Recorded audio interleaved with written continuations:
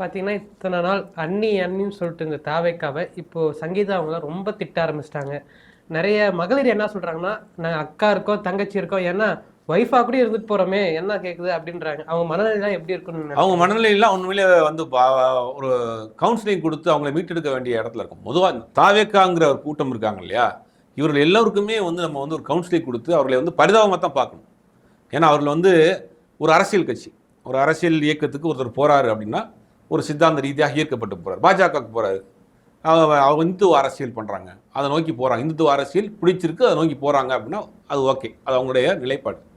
திமுக அவர் திராவிட ideology, Tamil Nadu மொழி மானம் இனம் அப்படிங்கிற விஷயத்தை நோக்கி போறாங்க அப்படின்னா அந்த ஐடியாலஜியில் போறாங்க, அது ஓகே. நாம் தமிழர்னு ஒரு கட்சி இருக்கு, அவங்க தமிழ் தேசியம் பேசுறாங்க, அது போறாங்க, ஓகே. இந்த தாவேக்காங்கிறவங்க எதை நோக்கி போறாங்க? எதுக்காக விஜய் பின்னாடி சேர்ந்துருக்காங்க? எதுக்கு சேர்ந்துருக்காங்கன்னா, சினிமாவில் வந்து வில்லன் அடிச்சிட்டாரு, மதுரையிலேருந்து முத்துப்பாண்டியிலேருந்து முத்துலட்சுமியை காப்பாற்றிட்டு வந்துட்டாரு, டெல்லியில் போலீஸ் ஸ்டேஷன்லேயே கதிகலங்க விட்டாரு, பம்பாயில் வந்து தீவிரவாதியில் சூறையாடிட்டாரு, இதெல்லாம் நம்பி நிஜத்தில் நம்பிடுவார் நம்பி ஒரு கூட்டம் சேர்ந்திருக்காங்க. இதெல்லாம் வந்து ரியல் கிடையாது. ரியல் வந்து ரியல் நினைச்சு நம்பி ஒரு கூட்டம், இல்யூஷன்ல வாழ்வாங்களே, கனவு உலகத்தில் வாழக்கூடிய ஒரு கூட்டம். இந்த கூட்டம் வந்து விஜய் என்ன சொன்னாலும் நம்புவாங்க. இது வந்து அரசியல் கட்சிங்கிறது வேறு, அரசியல் வேறு, அரசியல் புரிதல் வேறு, அரசியல் பக்குவம் வேறுங்கெல்லாம் அவங்க தெரியாது. திரையில் பண்ணதான் நிறைய நிஜத்தில் பண்ணிடுவார் விஜய் அப்படின்னு நம்புற ஒரு கூட்டம். அந்த கூட்டம் வந்து விஜயை டச் பண்ண என்ன பண்ணுறாங்க.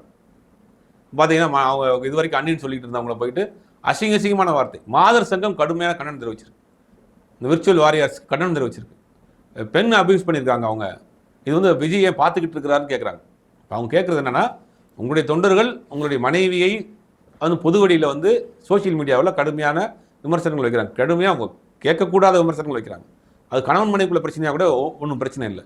பொது வழிக்கு வந்து விமர்சனம் வைக்கிறப்ப நீங்கள் முன்னாள் கணவரா, இன்னைக்கு டைவர்ஸ் பண்ணல, இன்னைக்கு வரைக்கும் கணவர் தான், இன்னைக்கு வரைக்கும் 2 குழந்தைகளுக்கு அவங்க தான் அம்மா, அவர்களே உங்களாலே விமர்சனம் பண்ணுறாங்க. நீங்கள் என்ன பண்ணிருக்கீங்க? இவர் தான் வந்து தமிழ்நாட்டு பெண்களுடைய மானத்தை காப்பாற்ற போறாராம். தமிழ்நாட்டு பெண்கள் இவர் தான் காப்பாற்ற போறாங்க.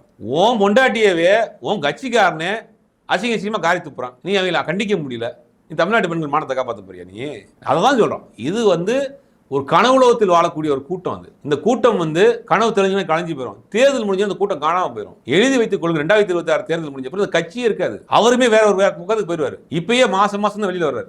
அமாவாசை மாதிரி மாசம் தான் வெளியில் வர்றாரு. தேர்தல் முடிஞ்ச பிறகு அவருக்கு என்ன வேலை இருக்கு? திருப்பி நடிக்க போயிடுவார். மீண்டும் படமே நடிக்க மாட்டேன்னு சொல்லிட்டு இருக்காரு. கண்டிப்பாக நடிப்பார். கண்டிப்பாக நெல்சனுடைய உதவியாளர் கதை கேட்டுருக்கிறதா கூட ஒரு தகவல் இருக்கு. அப்ப கண்டிப்பாக திருப்பி வேற என்ன பண்ணுவீங்க? 26 தேர்தல் தமிழ்நாட்டில் 50 வருஷமா எந்த கட்சியும் கூட்டணி இல்லாமல் ஜெயிச்சதே கிடையாது. இவர் தனிச்சு நிற்கிறாரு, பெருசாக வெற்றி வாய்ப்பு பெற முடியாது, எல்லாருக்கும் தெரிஞ்சு போச்சு. அப்போ இவர் என்ன பண்ணுவார்? இன்னும் 5 வருஷம் வந்து ஒரு கட்சியை ரன் பண்ணிட்டு போறா? மக்கள் பிரச்சனையை பேசி போராட்ட காலத்துக்கு வந்து தொடர்ந்து ஒரு கட்சியை நடத்தி கொண்டு போய் அடுத்து தேர்தலை சந்திக்கிற வரைக்கும் தாக்கு பிடிப்பாரா? ஏன்னா முன்னாடி நடிக்க போவார். இது யதார்த்தம் எல்லாருக்குமே தெரியுமே, விஜய்க்கு நல்லா தெரியுமே. ஆனால் அவங்க கூட இருக்க ஆட்கள் மட்டும்தான் முதலமைச்சர் ஆயிடுவார். 2026 ஜூன் மாதத்துல நம்ம முதலமைச்சர் ஆயிடலாம், நம்மளாம் அமைச்சராகிடலாம், இதில் போய் ரீல்ஸ் எடுத்துடலாம், சட்டமன்றத்துக்குள்ள போய் ரீல்ஸ் போடலாம், வீடியோ எடுக்கலாங்கிற ஒரு கனவுல வாழ்ந்துட்டு இருக்கானுங்க. அவங்கள கேட்டு அதிகபட்சமாக என்ன கேட்குறீங்க?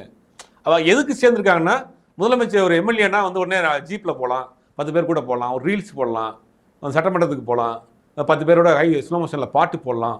இதுதான் அவங்களுடைய அதிகபட்சமான ஆசையாக இருக்குது. இதை நோக்கி தான் அவங்க போயிட்டு இருக்காங்க. இப்போ வந்து பெரிய கேள்வி என்னன்னா, எதுக்குமே வெளியே வராத விஜய் இந்த டைவர்ஸ் கேஸ்க்கு செங்கல்பட்டு கோர்ட்டுக்கு வருவாரா மாட்டாரா? இல்லை, அது வந்து எப்படின்னா வந்து இப்போ சம்மன் அனுப்பியிருக்காங்க, அதுக்கு பதில் சம்மன் அனுப்புவார். வீடியோ கான்ஃபரன்சிங் கூட வரலாம். இது வந்து போகும், ரொம்ப நாள் ஆகும். அதனால் அந்த மாதிரி தான் ப்ராசஸ் நடக்கும் ஒழிய கண்டிப்பாக வர்றதுக்கான வாய்ப்பே இல்லை.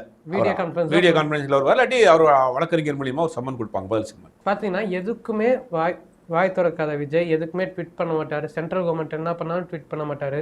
ஆனால் இந்த இரட்டை கொலைக்கு, நேற்று நடந்த இரட்டை கொலைக்கு திமுக தான் காரணம் ட்வீட் போட்டிருக்காரு. இதை நீங்கள் எப்படி பார்க்குறீங்க? இல்லை, அவருக்கு வந்து அரசியலை பொறுத்த வரைக்கும் திமுக எதிர்ப்பு அரசியல் தான் பண்ணுறாரு. தமிழ்நாட்டை பொறுத்த வரைக்கும் சில விஷயங்கள் தவறுகள் அங்கே ஒன்று இங்கே நடந்தாலும் கூட அதை விட பேசுகிறதுக்கு நிறைய விஷயங்கள் இருக்குது. இப்போ நீங்கள் ஒன்றிய அரசிலிருந்து வரக்கூடிய எத்தனையோ நிதிகள் நிப்பாட்டி வச்சுருக்கிறாங்க, அதை நோக்கி கேட்குறது இல்லை. இப்போ யூசிஜின்னு சொல்லக்கூடிய உயர்கல்வி நிறுவனத்தினுடைய மொத்தமாக கலைச்சிட்டாங்க, அதை பற்றி பிரச்சனை இல்லை. இவர் என்ன சொல்கிறாருன்னா சிலபஸை மாற்றிடுவேன்றாரு. எப்படி சிலபஸை மாற்ற? ஒன்றிய அரசின் கட்டுப்பாட்டில் உள்ள ஹையர் எஜுகேஷன் இருக்குது, உயர்கல்வி இருக்குது, இதை பற்றிலாம் நோக்கி பேச மாட்டார். அப்போ திமுக எதிர்ப்பு அரசியலை கையில் எடுத்தால் தான் வந்து நம்ம அதிமுக இடத்துக்கு நம்ம போக முடியும். அப்படிங்கிற ஒரு லாஜிக் வச்சு பண்ணுறாரு.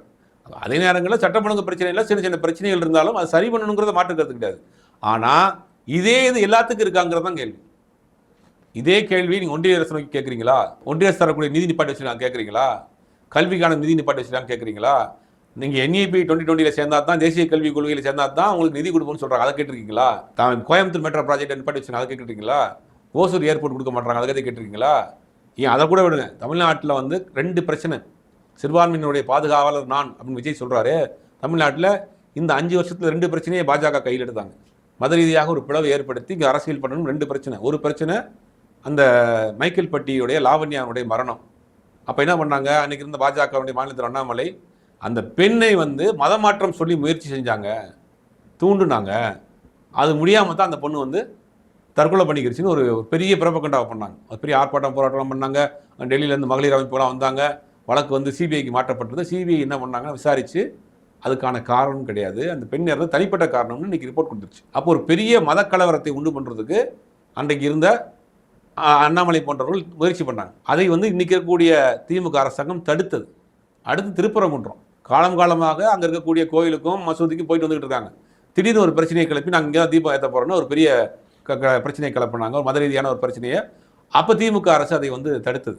இதை பற்றிலாம் விஜய் பேசுவாரா? ஏன் ஒரு காலங்காலமாக இருக்கக்கூடிய கிறிஸ்துவ கல்வி நிறுவனங்கள் சுதந்திரத்துக்கு முன்னாடி இருந்தே ஒரு பெரிய பெண் கல்வியில் பெரிய புரட்சி செய்தது கிறிஸ்துவ கல்வி நிறுவனங்கள். அதை வந்து மத ரீதியான ஒரு அடையாளப்படுத்துறாங்க, இங்கே மதமாற்றம் செய்கிறாங்கன்னு அடையாளப்படுத்துறாங்க.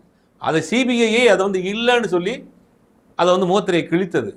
விஜய் அதுக்கு போய் பேசியிருக்கணுமா இல்லையா? தமிழ்நாட்டு பிரச்சனை தானே அது, தமிழ்நாட்டு பிரச்சனை தானே அது. ஏன் பேசலை நீங்கள்? அப்போ பாஜகவினுடைய பி டீமாக திமுக செய்யக்கூடிய, அதிமுக செய்யக்கூடிய அரசியலை, பாஜக செய்யக்கூடிய அரசியலை இவரை வைத்து பாஜக செய்யுது, அவ்வளோதான். ஆனால் நாங்கள் பாஜக சொல்லி நாங்கள் எதுவுமே செய்யலை அப்படின்னு எல்லாருமே சொல்கிறாங்களே. அவங்கள்ட்ட கேட்டால் அப்படி தான் சொல்லுவாங்க. இல்லைன்னு அவங்களுக்கு தெரியாதுங்க, பாஜக என்னன்னு தெரியாது, காங்கிரஸ் என்னன்னு தெரியாது, அரசியல் என்ன தெரியாது. அவங்களுக்கு தெரிஞ்சதெல்லாம் விஜய்னா தான். விஜய்னா நல்லா டான்ஸ் ஆடுவார், விஜய்னா நல்லா பாடுவார், விஜய்னா ஸ்மார்ட்டாக இருக்கார், விஜய்னா ஸ்மைல் நல்லா இருக்குது, விஜய்னா வந்து முதலமைச்சர் ஆயிடுவார். எத்தனை தொகுதியில்? 400 தொகுதியில். அவங்களுக்கு எதுவுமே தெரியாது. அவங்களுக்கு தெரிஞ்சதெல்லாம் விஜய் சினிமாவில் பண்ண வேலையெல்லாம் தரையில் பண்ணிடுவாருங்கிற ஒரு நம்பிக்கையில் இருக்கக்கூடிய கூட்டம் தான் ஒழிய அவங்களுக்கு எந்த அரசியல் புரியுது யோசிக்கிற திறன் இல்லாமல் இருக்காங்க. யோசிச்சாங்கன்னா விஜய் கேட்டிருக்காங்களா, ஏப்பா நீ திருப்பரங்குன்றத்தை பற்றி பேசியிருக்கணும் இல்லையா, மைக்கேல் பட்டியை பற்றி ஏன் பேசலை, அது கவின் கொலை பழக்கத்தை ஏன் பேசலை, பாஜகவை நோக்கி ஏன் கேட்க மாட்டேங்கிற, பாஜக தமிழ்நாட்டுக்கு வரக்கூடிய திட்டங்கள் நிப்பாட்டுறாங்க, அதை பற்றி ஏன் கேட்க மாட்டேங்கிற, நீங்கள் திமுக விமர்சனம் பண்ணுறீங்க அதையும் சேர்த்து விமர்சனம் பண்ணணும்ல அப்படின்னு கேட்டிருக்கணும்ல. அவன் கேள்வி ஏன் கேட்கல? கேட்க தெரியாது. சிந்திக்கக்கூடிய நபராக இருந்தானா யோசிப்பானா இல்லையா? இவர் என்ன எப்போ பார்த்தாலும் திமுக பேசுகிறாரு, பாஜக பற்றி பேச மாட்டேங்கிறாரு, முக்கியமான பிரச்சனையை பற்றி எதுவும் பேச மாட்டேங்கிறாரு அப்படி நீ கேட்டிருக்கணுமா இல்லையா? தாவக்காவை பார்த்து நம்ம கேட்குறோம், நீ யார்கிட்ட கேட்டிருக்கணும்? அந்த உங்கள் அண்ணன் கேட்டிருக்கணுமா இல்லையா?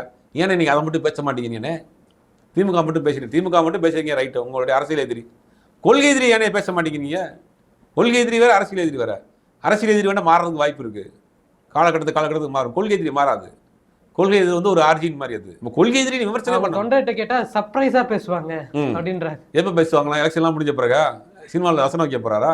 கொள்கை எதிரியே நாங்கள் பேச மாட்டோம், அரசியல் எதிரி மட்டும் பேசுவோம் அப்படிங்கிறது வந்து இவர்கள் கேள்வி அவரை நோக்கி கேட்கணும். அவங்களை நம்பி நாங்கள் வந்திருக்கோமே, நீங்கள் ஏதாவது மாற்றத்தை உண்டு பண்ணுன்னு நினைக்கிறீங்க, நினச்சி வந்திருக்கோமே, நீங்கள் என்னங்க திமுக மட்டும் கேட்குறீங்க, பாஜக நோக்கி கேட்க மாட்டேங்கிறீங்க, அதிமுக நோக்கி கேட்க மாட்டேங்கிறீங்க, தமிழ்நாட்டில் பாஜக செய்யக்கூடிய அரசியலை நீங்கள் எதுவும் கேட்க மாட்டேங்கிறீங்க அப்படின்னு அவர்கள் கேட்கணும். ஏன்னா கேட்க மாட்டாங்க, கேட்க தெரியாது, வச்சுக்கிட்டு ஜாம் பண்ணுறது தெரியாது. அவங்க படத்தை பார்த்துட்டு நம்பி இருக்கக்கூடிய கூட்டம்.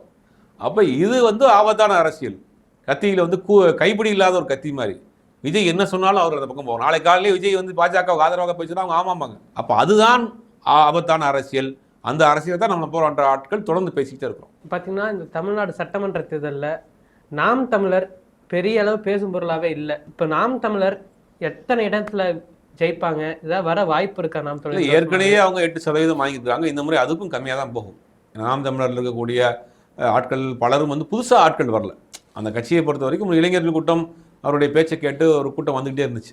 இப்போ அதில் பாதியாக வந்து தம்பி விஜய் எடுத்துகிட்டு போயிட்டார். அதனால் வந்து இந்த முறை வந்து 8% அவங்க வாங்குறதே பெரிய கஷ்டம்தான். ஒரு தொகுதியிலோட இப்போ அவங்களால ஜெயிக்கவும் முடியாது. வேட்பாளர் போட்டிருக்காங்க, ஓட்டுகளை பிரிப்பாங்க, அந்தந்த ஏரியாவில் ஓட்டை பிரிக்கிறதுக்காக அவங்க போட்டிருக்காங்களோ இல்லையா, பெருசாக ஜெயிக்கிறதுக்கான வாய்ப்பு இல்லை. இந்த 8% இப்போதைக்கு வாய்ப்பு இல்லை.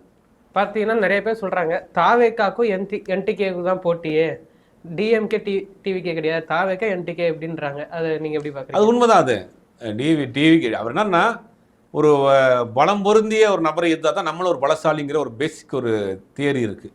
அப்போ இவர் என்ன சொல்கிறாருன்னா ஒன்லி டிவிகே டிஎம்கேங்கிறாரு. அது கிடையவே கிடையாது. அவங்க என்டிகே டிவிகே தான் பிரச்சனை. எது ஆரம்பத்துலேருந்தே போட்டி. 2 பேரையுமே தனிச்சு விட்டுருக்காங்க தமிழ்நாடு அரசியல். ஒருத்தர் கூட்டணி இல்லைங்கிற முடிவோட தைரியமாக இருக்கிறார். சீமானை பொறுத்த வரைக்கும் என்டிகே பொறுத்த வரைக்கும் கூட்டணி இல்லைங்கிற முடிவில் இருக்கிறாங்க. ஆனால் இவர் என்ன பண்ணுறாருன்னா கூட்டணிக்கு கூப்பிட்டவனுங்க யாரும் வரலையே. ஆட்சி அதிகாரத்தில் பங்கு கொடுப்போம் இல்லையா, வரணுமோ இல்லையான்னு கேட்டீங்க, யாரும் வரலையே. இது வரைக்கும் வரலையே, இப்போ வரைக்கும் வரலையே. அப்போ தனித்து விடப்பட உங்கள் அரசியலை தமிழ்நாட்டு அரசியல் கட்சியில் நம்ப தயாராக இல்லை, ஏற்றுக்கொள்ள தயாராக இல்லை.